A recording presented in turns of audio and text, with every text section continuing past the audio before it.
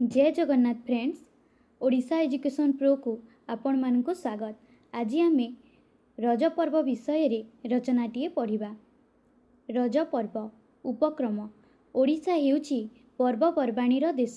एठारे वर्ष सारा विभिन्न प्रकारर पर्वपर्वाणी पालन करा जाए।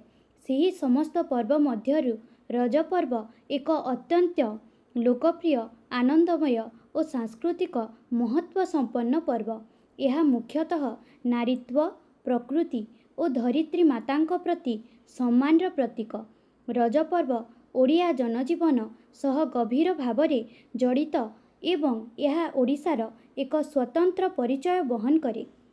रज पर्वर परिचय। रज पर्व प्रतिवर्ष ज्येष्ठ मासर शेष दिन और आषाढ़ मासर आरंभरे पालन करा जाए। यह साधारणतः 3 दिन धरी पालित हुए। प्रथम दिन को पहिली रज, द्वितीय दिन को रज संक्रांति एवं तृतीय दिन को बासी रज बोली कहा जाए। चतुर्थ दिन बसुमती स्नान पालन करा जाए। लोक विश्वास अनुसार यही समय रे धरित्री माता रजस्वला हुअन्ति, तेणु तांको विश्राम दिया जाए। रज पर्व पालनर रीतिनीति। रज पर्व आरंभ हेबा पूर्वरु घर द्वार सफा सुतुरा करा जाए। झियो और महिला माने नुआ वस्त्र पिन्हंती, हाथ में मेहंदी लगाती एवं पादरे अलता पिन्हंती। गाँव और सहरर विभिन्न स्थान रे दोली बंधा जाए एवं समस्ते दोली खेली आनंद उपभोग करती। यही समय रे लोक माने रज गीत गाती एवं पारंपरिक खेल खेलती। रज पर्व रे पोड़पिठा, चकुली पिठा, मंडा पिठा, आरिसा पिठा इत्यादि विभिन्न स्वादिष्ट पिठा प्रस्तुत करा जाए। पान खाइबा मध्य यही पर्वर एक विशेष परंपरा। कृषि और प्रकृति सह संपर्क। रज पर्वर मुख्य विशेषता हेउची एहार कृषि और प्रकृति सह संपर्क। एही दिन गुड़िकरे चाष काम, माटी खोलिबा, गछ काटिबा भली काम करा जाए नहीं, कारण धरित्री मातांको एही समय रे विश्राम दिया जाए।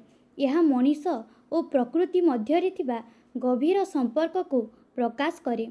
रज पर्वर सामाजिक महत्व।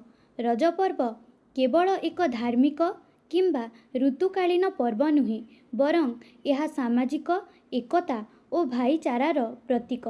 यही पर्वरे समस्ते जाति, धर्म और वर्ग भेदभाव भूली एकाठी होई आनंद उपभोग करती। यह नारी मानंको सम्मान देवा एवं सेमानंकर महत्व को स्वीकार करिवार वार्ता दिए। रज पर्वर सांस्कृतिक महत्व। रज पर्व ओडिया संस्कृतिर एक अमूल्य अंश। यह ओडिया लोककला, लोकसंगीत और लोक परंपरा को सजीव रखिथाए।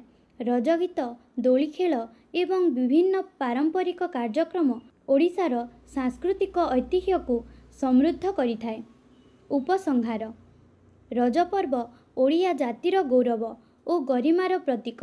यह प्रकृति प्रति भल पाइबा, नारी सम्मान एवं सामाजिक सद्भावनार वार्ता प्रदान करे। रज पर्व आमको आमर परंपरा और संस्कृति को भल पाइबा एवं सुरक्षा करिबा शिक्षा दिए। तेणु आमे समस्ते यही महान पर्वर महत्व को बुझी यह को आनंद और उत्साहर सह पालन करिबा उचित। भिडियोटी भल लागिथिले लाइक, शेयर एवं सब्सक्राइब जरूर करिनेबे। धन्यवाद।